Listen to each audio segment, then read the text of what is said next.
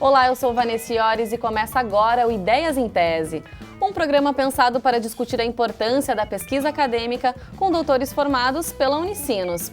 A entrevistada de hoje é Cláudia Wayne Cruz, que apresentou a tese de doutorado no programa de pós-graduação em Ciências Sociais da Universidade. Olá, Cláudia, tudo bem? Seja bem-vinda. Obrigada. Bom, Cláudia, a gente começa então com o título da tua tese, que foi o seguinte: As múltiplas mortes de si, suicídio de idosos no sul do Brasil. Cláudia, como é que você chegou então para esse problema de pesquisa, a trabalhar com esse tema? Bom, quando eu ingressei no programa, no PPG de Ciências Sociais, eu queria achar uma temática que fosse instigante, que me desse bastante interesse de pesquisar. E aí eu procurava um objeto de estudo que pudesse dar conta da minha trajetória como psicóloga, do meu trabalho na saúde pública e que também tivesse conexão com o programa que eu estava cursando de Ciências Sociais.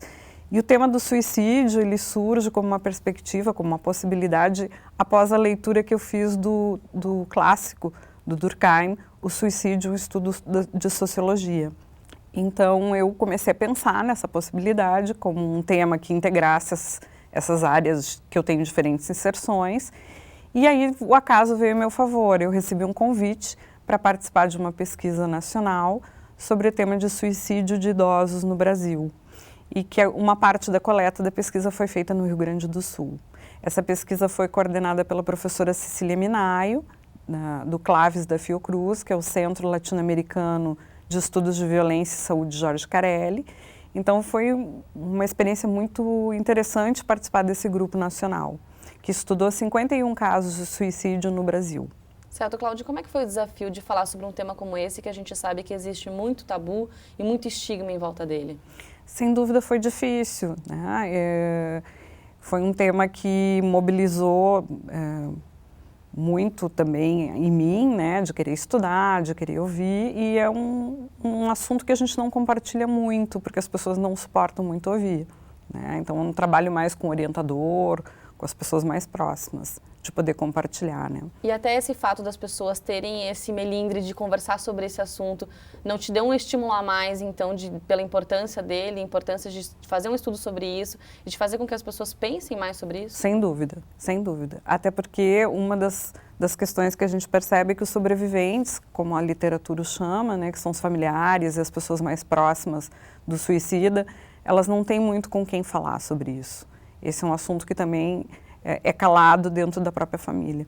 E uma questão até que você coloca, Cláudia, é que o suicídio está muito mais ligado à vida do que à morte, como muitas pessoas pensam, né? Explica um pouquinho pra gente o que você quer dizer com isso.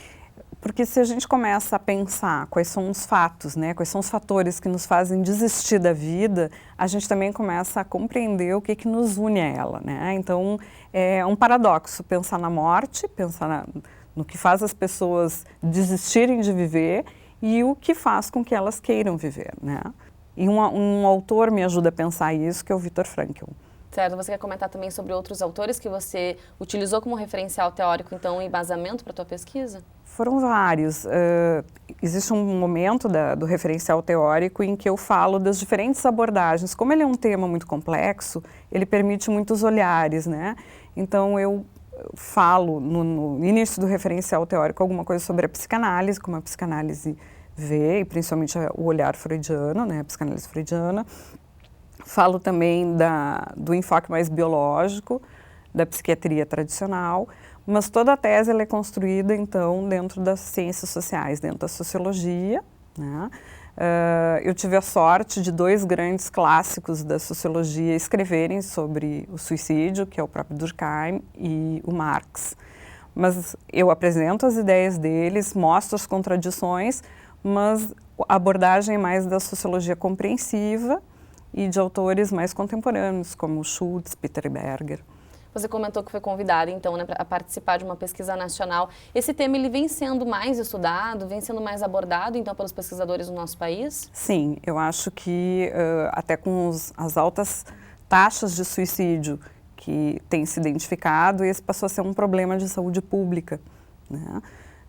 Porque ele afeta várias pessoas, os familiares, os socorristas, os profissionais de saúde, então ele passa a entrar na agenda da saúde pública também para pesquisa. E E Cláudia, conta pra gente como é que estava a tua trajetória acadêmica, aliás, não só acadêmica, não sei se você dava aula nesse período, se você tinha alguma relação com a universidade, mas sua trajetória profissional durante esse período, então, de realização do doutorado. Como é que era a sua situação nesse sentido? Quando eu entrei na Unicinos, eu ainda dava aula na Universidade Federal de Ciências da Saúde, no curso de Psicologia. Durante a tese,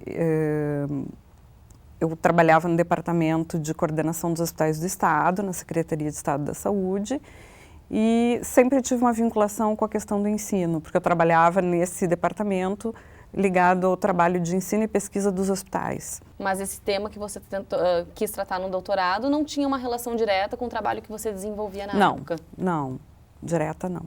Certo. Bom, Cláudia, a gente quer falar também um pouquinho sobre a metodologia utilizada no teu trabalho, né? Quer dizer, qual foi o aspecto metodológico que você acabou escolhendo, então, para fazer a tua pesquisa? O trabalho de campo, ele foi extremamente interessante.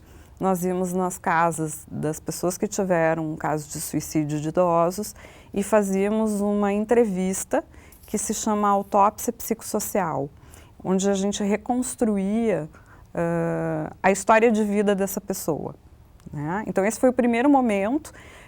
Na verdade, eu tive autorização para usar as entrevistas que foram feitas no país. Eu escolhi pelo recorte do Rio Grande do Sul. Então, eu trabalhei com 15 autópsias psicossociais, de 10 homens e 5 mulheres. Depois eu volto ao campo para complementar algumas informações, principalmente no que se refere ao sofrimento do sobrevivente, porque eu organizei a tese dessa forma. Eu fiquei muito tocada pelo sofrimento dos sobreviventes. Então, na verdade, eu tinha 2 temas quase, e foi preciso unir esses temas, porque o primeiro, digamos, aspecto seria pensar os motivos pelos quais os idosos se suicidaram.